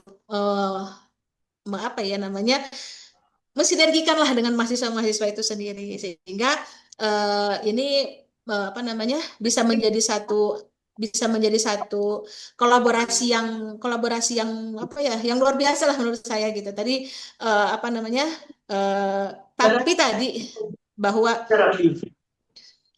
bahwa kami di sini masih membebaskan dosen untuk bisa menyiapkan dan menggunakan tutul yang ada sehingga pembelajarannya itu lebih interaktif gitu Mbak. Oke, baik. Terima kasih, Bu Rosa. Jadi kita bisa melihat bahwa AI tidak harus dimulai dari hal yang kompleks ya. Berarti bahkan untuk pekerjaan sehari-hari seperti merangkum dokumen, menyusun bahan presentasi, membuat draft materi ajar, hingga membantu analisis data sederhana. AI juga sudah dapat memberikan efisiensi yang cukup, cukup signifikan. Kuncinya bukan seberapa banyak tools yang digunakan, tetapi bagaimana AI dimanfaatkan sebagai asisten kerja yang membantu dosen dan tenaga kependidikan agar dapat lebih fokus pada aktivitas yang memberikan nilai tambah dalam proses pembelajaran. Oke, selanjutnya nih kita next pembahasannya mengenai orkestrasi blended learning. Tadi kita sudah membahas bagaimana AI dapat membantu dosen menyiapkan materi, namun aktivitas pembelajaran atau materi yang tersedia ini ada tantangan yang berikutnya, yaitu bagaimana mengelola proses pembelajarannya. Karena dalam praktiknya, pembelajaran saat ini tidak hanya berlangsung saat dosen dan mahasiswa bertemu di kelas atau melalui video conference, tapi juga ketika mahasiswa belajar secara mandiri melalui materi tugas maupun diskusi yang tersedia di LMS. Oke, Mas Olil, istilah blended learning nih sering kali terdengar sederhana kan ya, tapi sebenarnya untuk implementasinya kan kayaknya sih nggak semudah itu nih Mas Olil. Coba boleh gimana menurut Mas Olil untuk mengelola pembelajaran yang tentang blended learning? Biasa kan ini emang bersangkutan dengan sinkronus, asinkronus seperti itu kan ya Iya, Mas Olil. betul. Oke, silahkan. Oke. Eh, jadi memang betul dalam tahap proses pembelajarannya nanti seperti juga sama dengan yang disampaikan Putri bahwa ya kalau dari sisi dosen sebenarnya LMS itu sebenarnya banyak kayak gitu kan ya. Ibaratnya dapur tadi juga jadi harus nyiapin gitu kan dari mulai bahan-bahannya, bahan materi ajar kayak gitu. Terus kemudian apalagi kalau harus sekarang kan sudah mulai dengan kurikulum OBE tadi juga ya sudah disampaikan juga oleh Putri gitu kan ya. Di mana tiap-tiap pertemuannya itu harus sudah jelas gitu. Di pertemuan pertama itu nanti rubrik yang harus tercapai itu apa gitu. Pertemuan kedua sistem pembelajarannya apa, rubriknya apa gitu. Jadi sudah disusun sedemikian rupa nanti untuk pengajarannya. Terus kemudian nanti di pertemuan pertama sampai dengan pertemuan akhir itu dirangkai sebagaimana sesuai dengan tujuan pembelajarannya itu supaya tercapai nanti hasil pembelajarannya itu nanti tercapai di CPO yang berapa atau capaian pembelajaran lulusan atau CPL kalau bisa kita sebut juga CPL tercapainya berapa persen gitu kan, apakah memenuhi atau tidak memenuhi. Nah itu tentunya tahapannya itu ya nggak sesimpel ketika kita melakukan proses belajar mengajar secara tatap muka secara langsung gitu kan, atau sinkronus gitu. Nah di dalam proses blended ini sendiri sebenarnya, tapi kalau kita terapkan gitu kan ya, itu sebenarnya akan jadi bisa lebih membantu dan juga lebih fleksibel. Contoh nih untuk asinkronus gitu kan ya, dosen sudah menyiapkan materi-materi ajarnya, terus kemudian nanti di dalamnya kita juga sudah siapkan tugas-tugas ataupun materi ajar berupa audio, video tadi kan ya, dengan dibantu oleh AI kita uploadkan di dalam tiap pertemuannya itu. Terus kemudian nanti juga kalau misalkan ingin menguji apakah benar mahasiswa itu memahami dari materi yang diuploadkan itu, kita buatkan kuisnya, terus kemudian UTS UAS-nya. Nah itu nanti kalau untuk asinkronus sendiri, nanti kita bisa susun sedemikian rupa dari pertemuan 1 sampai dengan terakhir itu, nanti pertemuan secara tatap muka atau sinkronusnya berapa kali, terus kemudian yang disusun, ini blended berarti Bu ya, yang disusun nanti mahasiswa harus bisa belajar secara mandiri atau asinkronus gitu kan ya, melalui bahan materi ajar ataupun forum gitu kan ya. Nah tentunya ini kalau misalkan yang passionate gitu Bu ya, blended, apalagi kalau dosen yang ternyata memang ada kesibukan lain atau mungkin betul tadi yang disampaikan Putri, ada fasenya itu ternyata hari libur itu misalkan contoh kayak kalau kita kan ada kan ya, kalau di Indonesia kan ada fasenya libur puasa gitu kan ya, terus kemudian nanti belum lagi kalau ada libur lebaran panjang gitu. Di puasa juga biasanya jam operasional kampusnya juga kan nggak selama yang normal kayak gitu kan ya, sehingga nanti pembelajarannya juga jadi jauh lebih terbatas. Nah itu kalau ada terpaku waktu, kalau sinkronus kan tentunya harus terpaku dengan waktu kayak gitu kan ya, di mana pembelajarannya harus dilaksanakan pada jam yang sudah ditentukan. Nah berbeda dengan kalau asinkronus, nah, itu dosen sebenarnya akan jauh lebih fleksibel dalam mengatur kapan nih materi ajar bisa diakses gitu. Terus misal nih di pertemuan kedua misalkan, nah itu bahannya itu sebenarnya bisa diakses. Misal nih kita buka aksesnya selama seminggu di pertemuan tersebut, dari hari Rabu ini sampai dengan Rabu minggu depan. Nah mahasiswa mempunyai fleksibilitas dalam belajar kayak gitu kan ya. Oh saya baru kayaknya ini masih sibuk, baru bisa luangnya di Sabtu Minggu. Nah itu memungkinkan kalau misalkan sistemnya itu asinkronus gitu. Nanti mahasiswa bisa tinggal belajar dari video ataupun audio yang disampaikan oleh dosen gitu kan ya. Waktu senggangnya di malam atau di weekend kayak gitu. Itu kan jadi jauh lebih fleksibel dan enak gitu kan. Dan dosen pun tinggal nantinya memonitoring kayak gitu. Apakah tingkat keaktifan mahasiswa di pertemuan tersebut gitu kan ya. Apakah benar nih mahasiswa secara keseluruhan sudah berhasil mengakses semua materi yang di-uploadkan di dalam sana. Terus kemudian nanti bisa juga melalui forum. Jadi juga baiknya kalau misalkan asinkronus tersedia wadah gitu kan ya, forum. Nah tadi juga disampaikan Putri, nggak harus secara langsung fast respon dijawab gitu, tapi ada wadahnya gitu. Nah, bisa jadi di pertemuan itu dibuka juga forum. Nanti cukup meninggalkan teks gitu kan ya, diskusi terkait materi ajar di pertemuan tersebut gitu kan ya. Mahasiswa bisa menyampaikan pertanyaan-pertanyaan terkait materi yang dirasa masih bingung, perlu tanyakan kepada dosen. Nah, nanti di forum tersebut juga dosen bisa memberikan jawaban dari pertanyaan-pertanyaan mahasiswanya dan terwadahi gitu di dalam pertemuan tersebut ada forumnya gitu.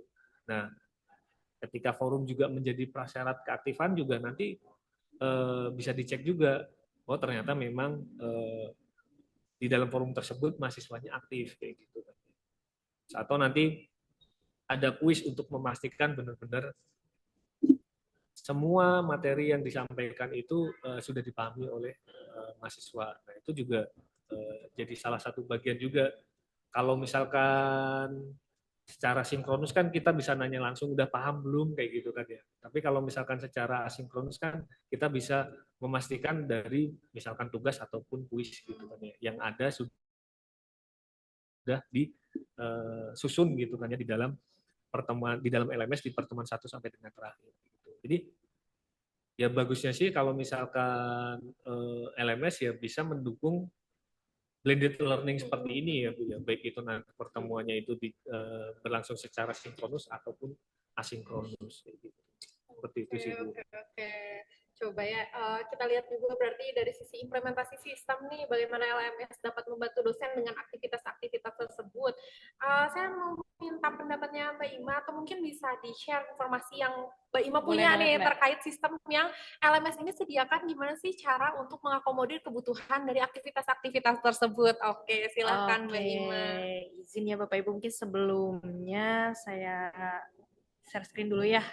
Gimana nih gambarannya dari aplikasi LMS yang sudah kami sediakan.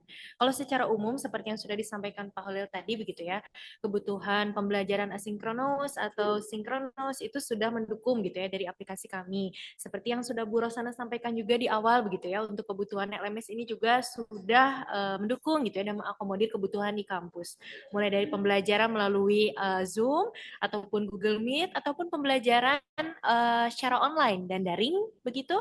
Kemudian juga untuk pengerjaan tugas, pengerjaan kuis, ataupun pengerjaan UAS UTS dari aplikasi secara umum sudah bisa mengakomodir. Dan kelebihannya memang kalau dari yang kami sediakan itu bisa men-track ujian juga gitu ya, ini seperti saya tampilkan ini dari sisi dosennya Bapak Ibu.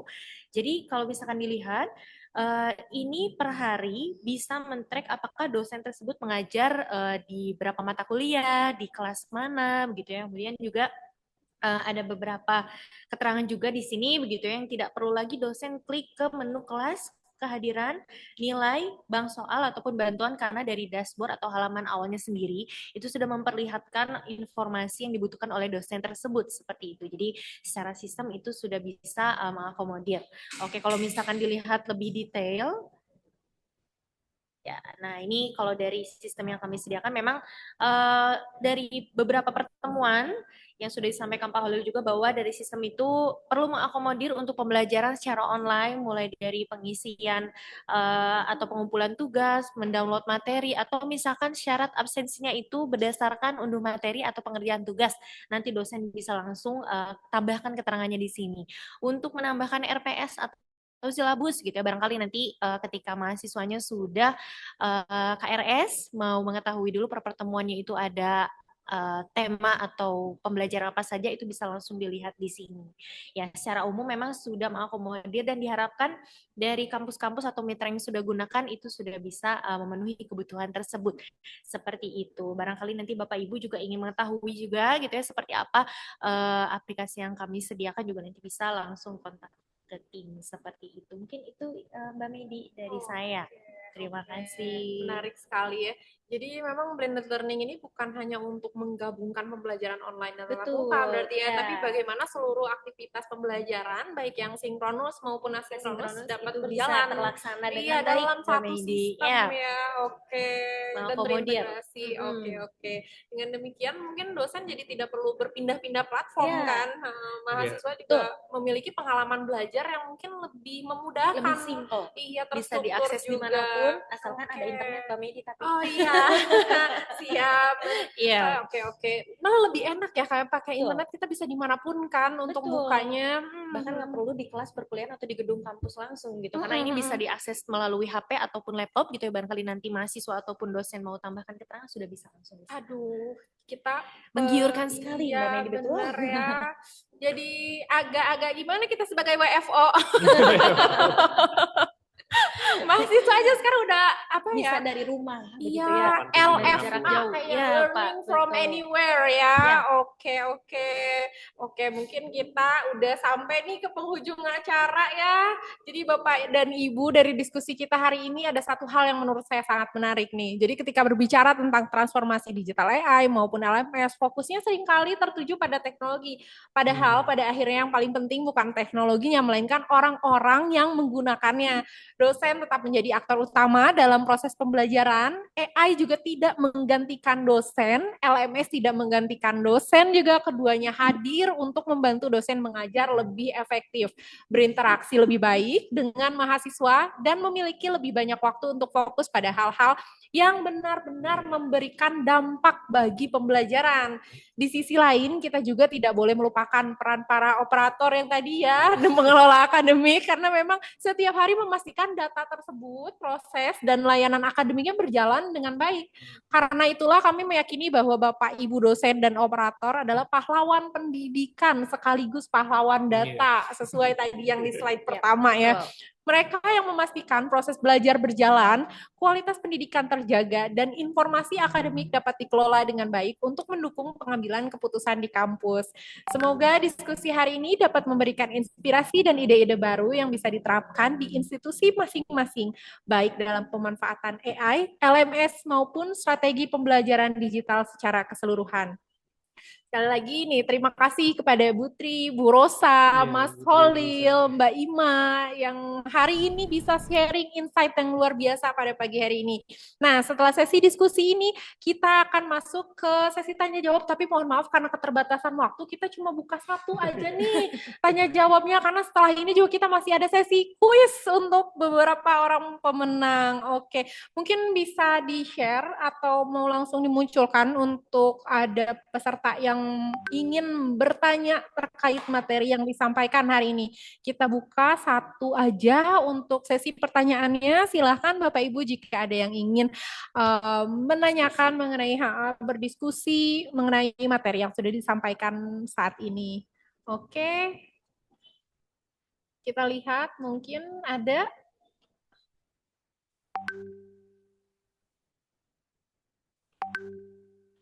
Oke, apa mau langsung dilanjut ke kuis dulu aja ya, karena memang ternyata waktunya sudah mepet ya. Mohon maaf sekali Bapak Ibu, mungkin nanti pertanyaan kita bisa tunda terlebih dahulu karena nanti ada kontak person yang kita share juga di sini. Nanti kalau diskusi lebih lanjut bisa langsung melalui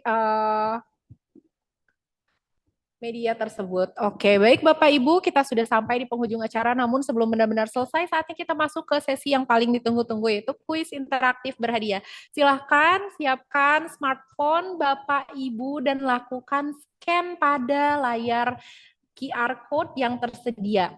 Sebelum dimulai, ada beberapa aturan yang perlu diperhatikan. Pertama, pastikan nama peserta diisi dengan format nama Anda, spasi nama kampus. Karena takutnya nanti ada yang klaim namanya sama ya, jadi kita pakai uniknya gitu untuk nama kampus. Misalkan nih, saya Medi, spasi Suteki Teknologi. Oke, format ini akan kami gunakan untuk proses verifikasi pemenang. Kedua, setiap soal memiliki batas waktu 15 detik untuk dijawab. Jadi, pastikan Bapak Ibu fokus dan segera memilih jawaban dianggap yang paling tepat.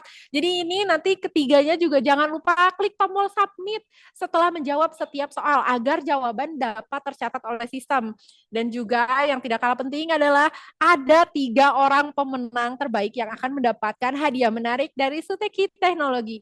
Penentuan pemenang akan berdasarkan 2 kriteria. Yang pertama adalah kesesuaian jawaban, akurat ya, harus sesuai, harus benar. Dan yang terakhir adalah kecepatan dalam menjawab. Makanya tadi jangan lupa klik submit ketika sudah input jawabannya. Jadi bukan hanya benar, tetapi juga siapa yang paling cepat memberikan jawaban yang tepat.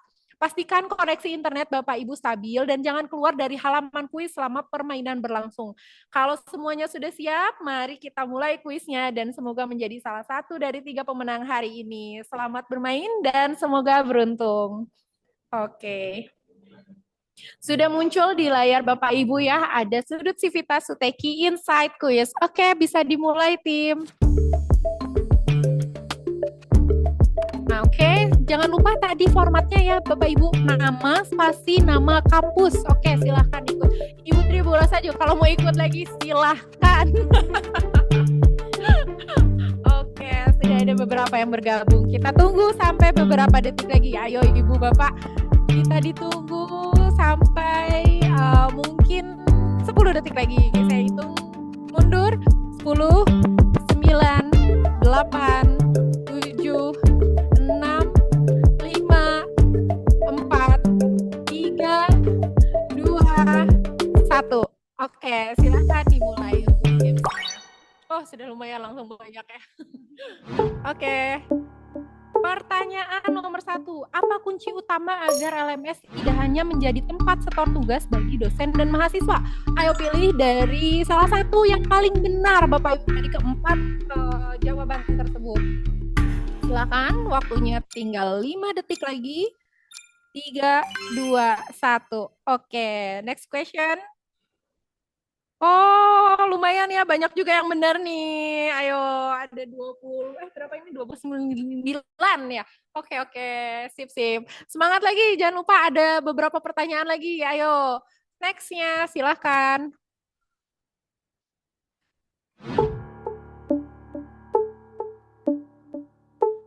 Apa keunggulan utama Civitas LMS jika dibandingkan dengan platform enterprise global untuk kampus di Indonesia? Ayo pilih salah satu dari keempat pertanyaan ini, tentunya sangat mudah ya Bapak Ibu, silahkan dijawab.